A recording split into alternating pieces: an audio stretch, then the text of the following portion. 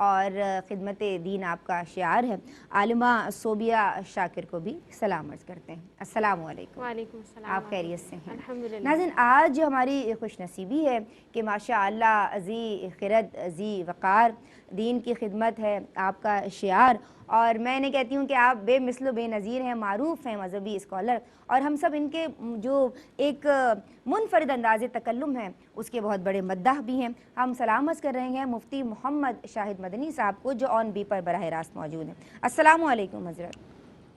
وعلیکم السلام ورحمۃ اللہ آپ خیریت وبرکاتہ۔ سے ہیں؟ جی الحمدللہ۔ جناب، بات ہو رہی ہے علاج اور عیادت کے تعلق سے۔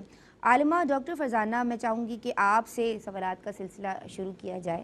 پہلا جواب میں آپ ہی کی جانب سے چاہتی ہوں، وہ یہ کہ ہم نے بات کی علاج کے تعلق سے، سنت نبوی بھی ہے، آپ صلی اللہ علیہ وآلہ وسلم نے صحابہ کرام کو اس کی تعلیم بھی دی اور دوا کی تاثیر بھی بتائی۔ بات کو آگے بڑھائیں گے۔ ایک خاتون جو جانتی ہے کہ علاج مجھے کروانا تو ہے، لیکن اگر وہ کسی میل ڈاکٹر کی طرف جاتی ہے تو اب شرعی احکامات کیا ہوں گے؟ کیونکہ ایک عورت کے لیے جو ہے وہ پردے کے بھی احکامات ہیں۔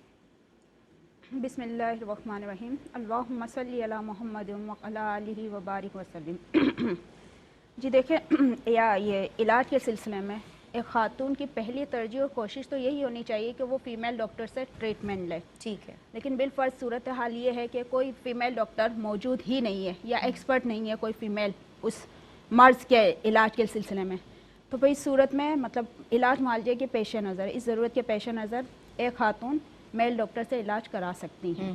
لیکن اس سلسلے میں بھی وہ جو پردے کے احکامات ہیں وہی ملحوظ نگاہ رکھے جائیں گے جو کہ ایک غیر محرم کے سلسلے میں رکھے جاتے ہیں، یعنی خاتون اپنی باڈی کو فل کور کر کے جائے گی، پورا کور ہوگا، اور صرف وہی حصہ جسم کہ جس کے ٹریٹمنٹ کی ضرورت ہے اس کو کھولا جائے اور بقیہ جسم پورا کورڈ ہو۔ اچھا، اس کے ساتھ ساتھ میں یہ بات بھی انکلوڈ کر دوں کہ اگر سچویشن اس طرح کر لیں کہ اگر پیشنٹ کوئی میل ہے اور سامنے فیمیل ڈاکٹر ہے تو کیا آپ علاج معالجے کی کیا صورتحال ہوگی؟ تو دیکھیں، کچھ ضروریات ایسی ہیں کہ علاج معالجہ بھی اسی ضرورت کے پیش نظر علاج معالجے کی بھی کیا ہے کہ سہولت اسلام میں دی گئی ہے کہ اگر میل ڈاکٹر نہیں ہے، میل کے لیے، میل پیشنٹ کے لیے میل ڈاکٹر اویلیبل نہیں ہے اور فیمیل ڈاکٹر ہے تو میل جو پیشنٹ ہے وہ فیمیل ڈاکٹر سے علاج کروا سکتا ہے، کیونکہ علاج معالجہ کو اسلام نے اولیت دی ہے کہ آپ علاج معالجہ اپنی جان بچائیں، اپنی صحت کا خیال رکھیں۔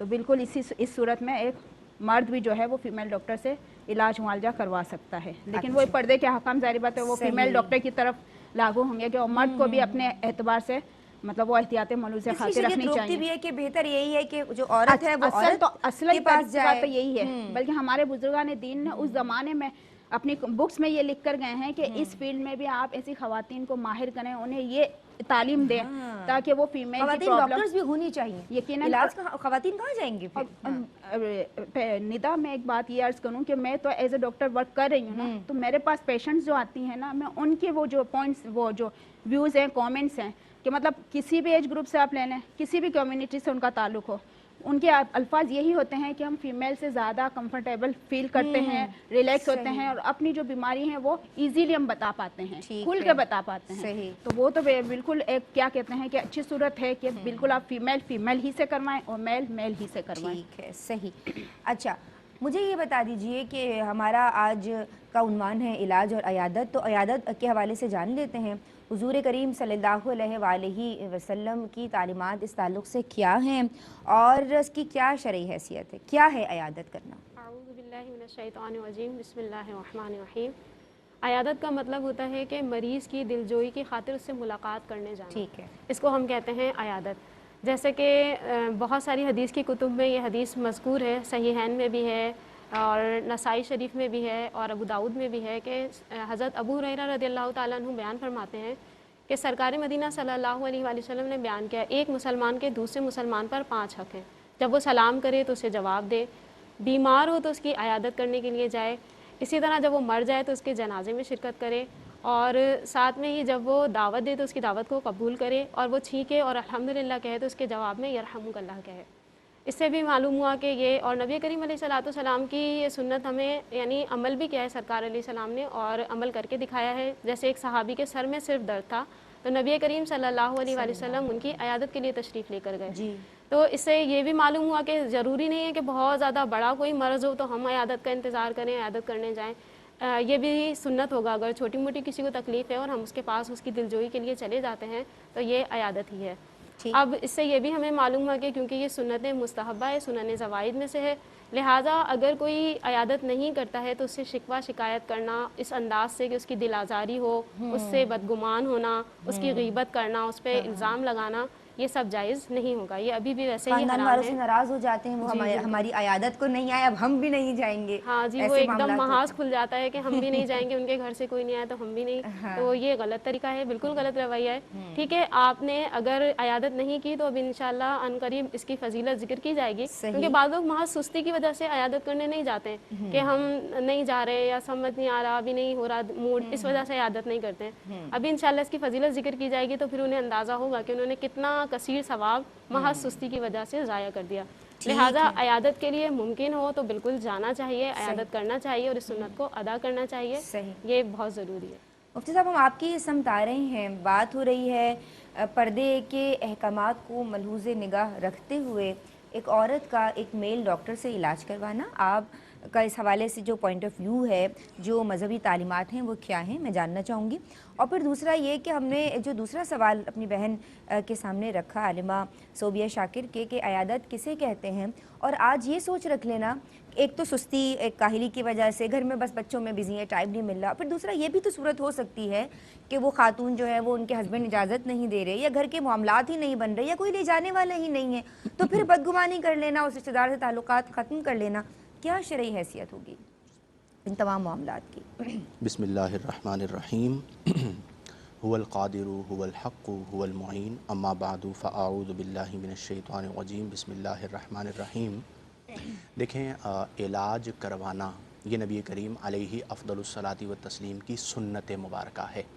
تو اگر کوئی بیماری آ جاتی ہے, کوئی مرض آ جاتا ہے اور اس کے لیے ڈاکٹر کے پاس جایا جاتا ہے, تو اس میں بھی نیت حصول ثواب کی ہو تو اللہ تعالیٰ اس عمل پر ثواب عطا فرماتا ہے. سبحان اللہ. کئی ایسی جگہیں ہوتی ہیں کہ جہاں پر ضروریات پیش آ جاتی ہیں. مثلاً کوئی ایسی جگہ پر بیمار ہوا, کوئی بہن بیمار ہوئی کہ جہاں پر فیمیل ڈاکٹر نہیں ہے, جی.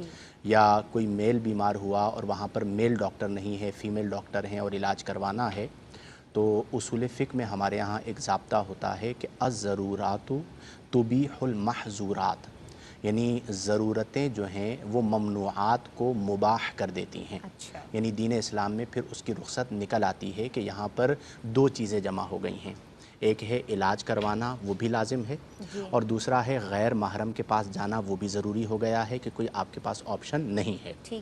احسن صورت تو یہی ہے کہ خواتین سے علاج کروائیں, مرد مردوں سے علاج کروائیں, لیکن شرعاً یہ بھی مقبول ہے کہ ضرورتاً خواتین مرد کے پاس چلی جائیں, یا اسی طرح مرد حضرات جو ہیں ضرورتاً خواتین ڈاکٹر سے علاج کروا لیں. اب اگر کہیں پر ایسی ضرورت پیش آ گئی ہے تو وہاں پر چند چیزوں کا خیال رکھا جائے, جن میں سے پہلی چیز یہ ہے کہ پردے کا خاص اہتمام ہونا چاہیے. یعنی دوا کی وجہ سے یا علاج کی وجہ سے احکام پردہ اٹھ نہیں جاتے. جس حد تک ممکن ہے اس حد تک آپ پردے کا اہتمام رکھیں, اور اس اہتمام پر اللہ تبارک و تعالی آپ کو اجر عطا فرمائے گا. اور ضرورت سے زیادہ ہے تو شریعت مطہرہ ویسے ہی اس کی رخصت جو ہے وہ ضرورتاً دے رہی ہے کہ جہاں تک ممکن ہے جس نوعیت کا علاج ہے اس نوعیت کے مطابق رخصت پر عمل کیا جا سکتا ہے. لیکن ان باتوں کا خاص طور پر یہ باتیں پیش نظر رہنی چاہیے کہ اگر ممکن ہو تو خواتین سے علاج کروائیں, مرد مردوں سے علاج کروائیں, لیکن بلا ضرورت اپنے آپ کو مشقت میں بھی نہ ڈالیں. اب ہوتا یہ کہ بعض ایسی جگہ ہوتی ہیں کہ جہاں پر خواتین معالج بھی ہیں, مرد معالج بھی ہیں, لیکن جس نوعیت کا مرض ہے اس کے جو اسپیشلسٹ ہیں وہ مرد ہی ہیں. اب کوئی اپنے تقویٰ کی بنا پر یہ کہے کہ نہیں جی میں نے ان سے علاج کروانا ہی نہیں ہے, تو بعض اوقات یہ اپنے ہاتھوں اپنے آپ کو ہلاکت میں ڈالنا ہے. اور یوں سمجھیے کہ وہ ہمارے دین کا جو حسن ہے اس حسن سے ہم نا آشنا ہیں کہ شریعت تو ہمیں رخصت دے رہی ہے, لیکن ہم نے اپنے ذہن کے اندر اس طرح کی چیزوں کو بٹھا لیا ہے. تو جہاں پر ضرورت پیش آ رہی ہو وہاں پر اس ضرورت کو اختیار کر لینا چاہیے, اور بلا ضرورت اپنے آپ کو مصیبت میں مبتلا نہ کریں. جہاں تک عیادت کی بات ہے تو میں اس پہ تفصیلاً پھر عرض کرتا ہوں۔ ٹھیک ہے، عیادت کی بات ہوگی اس بریک کے بعد۔ اپنے لبوں کو درود پاک سے تر رکھیے، ابھی لوٹنے۔ اللہم صلی علی سیدنا۔ بسم اللہ الرحمن الرحیم۔ السلام علیکم ورحمۃ اللہ۔ کالر ہمارے ساتھ ہیں جی، شامل کر رہی ہوں۔ السلام علیکم۔ سر السلام علیکم۔ وعلیکم السلام ورحمۃ اللہ۔ میری بہن حمیرہ، کیسے مزاج ہیں؟ الحمدللہ اللہ کل حال، آپ کیسی ہیں؟ الحمدللہ علی کل حال۔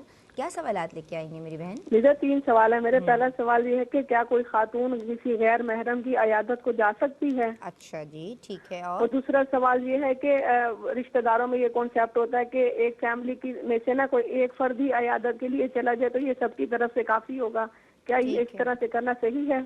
صحیح ہے۔ اور لاسٹ کوشچن یہ ہے کہ اگر کسی مریض پر جنات وغیرہ کے اثرات ہوں تو کہا جاتا ہے کہ جو دم کرنے والا ہے وہ اس سے متاثر ہو سکتا ہے، کیا یہ بات صحیح ہے؟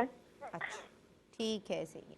بہت شکریہ حمیرہ، آپ نے ہمیں کال کی۔ آپ کے تینوں سوال میں نے نوٹ کر لیے ہیں۔ مفتی صاحب، بات ہو رہی ہے عیادت کے تعلق سے اور میں چاہتی ہوں کہ آپ اس پہ روشنی ڈالیے۔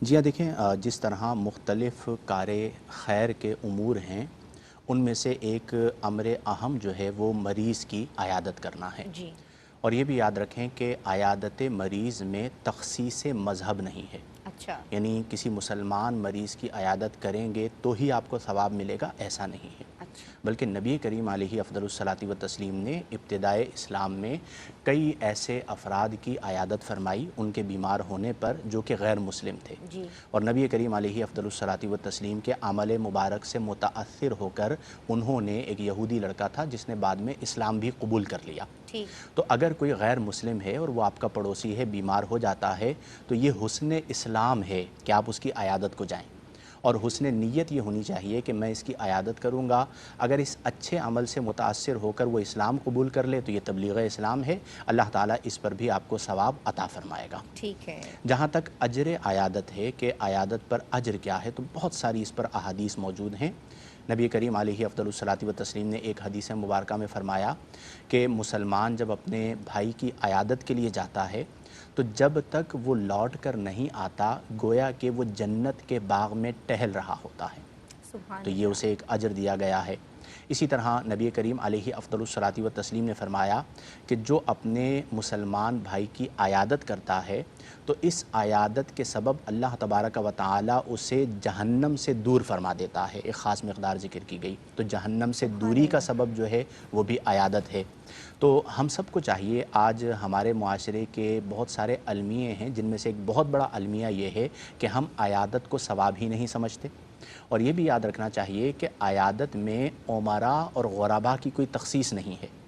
آج دیکھا جاتا ہے کہ اگر کوئی امیر بیمار ہو جائے، صاحب شہرت بیمار ہو جائے، صاحب منصب بیمار ہو جائے تو لائن لگ جاتی ہے، سوشل میڈیا پہ بھی اس کے لیے دعائیں شروع ہو جاتی ہیں، اور کوئی عام سا آدمی یا غریب بیمار ہو جائے تو اسے کوئی پوچھنا بھی گوارا نہیں کرتا۔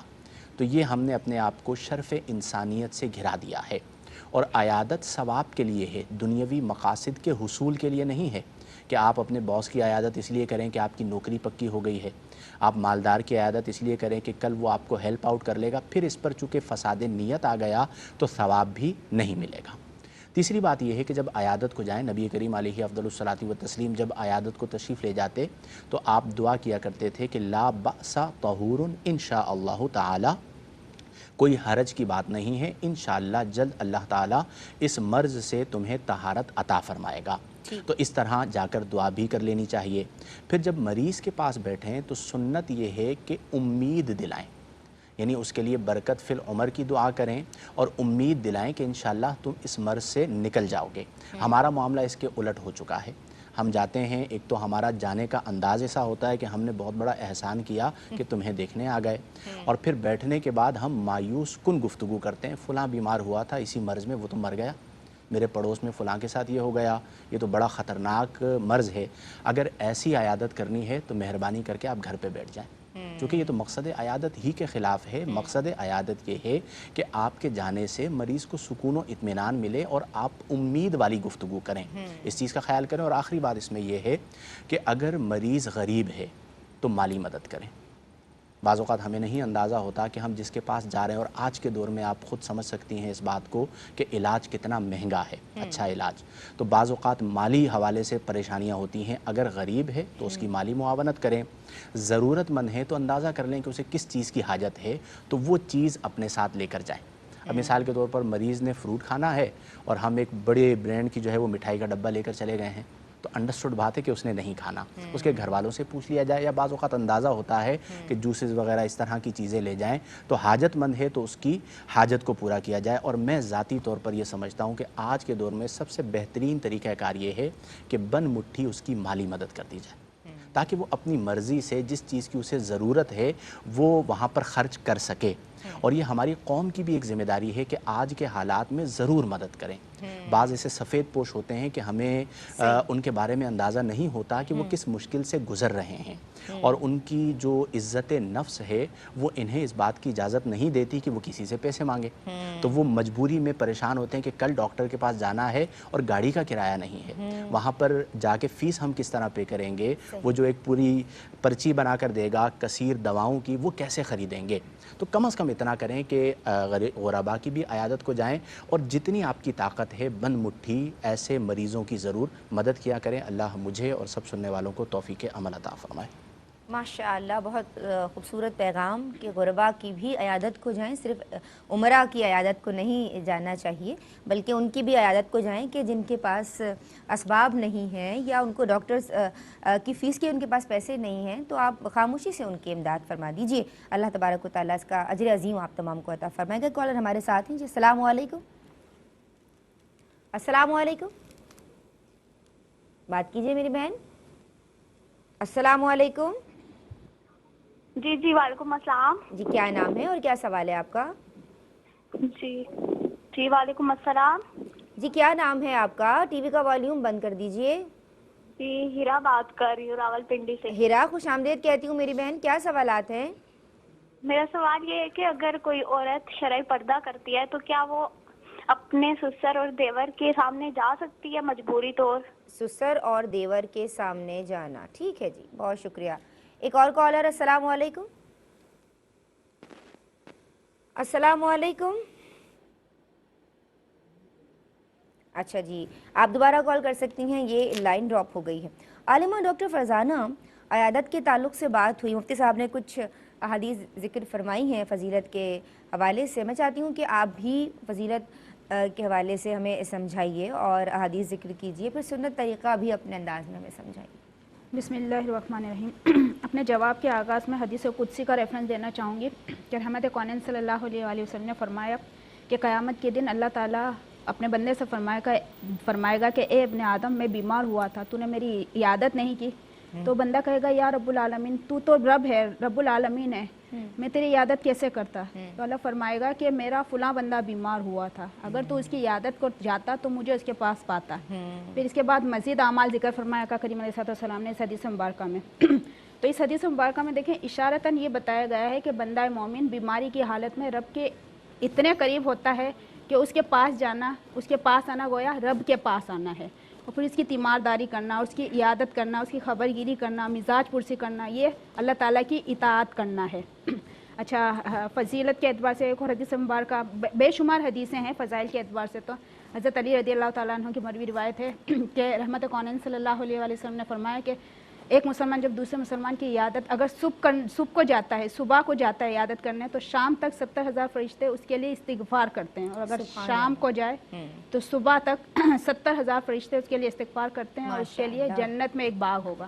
تو دیکھیں بظاہر بیمار پرسی کرنا معمولی سے ہمیں نیکی معلوم ہوتی ہے، لیکن یہ لاتعداد فرشتوں کی دعا ملنے کا سبب بھی ہے۔ امیجن کیجئے آپ جنت کے باغ میں ٹہل رہے ہوں گے، اور جنت کا باغ کتنا حسین ہوگا کہ ہم مطلب تشبیہ نہیں دے سکتے ہیں جنت کی کسی چیز کو دنیا کی کسی چیز سے تشبیہ دی نہیں جا سکتی، کیونکہ نہ دیکھا ہی نہیں ہے دنیا میں، کسی آنکھ نے نہ دیکھا ہے نہ خیال گزرا۔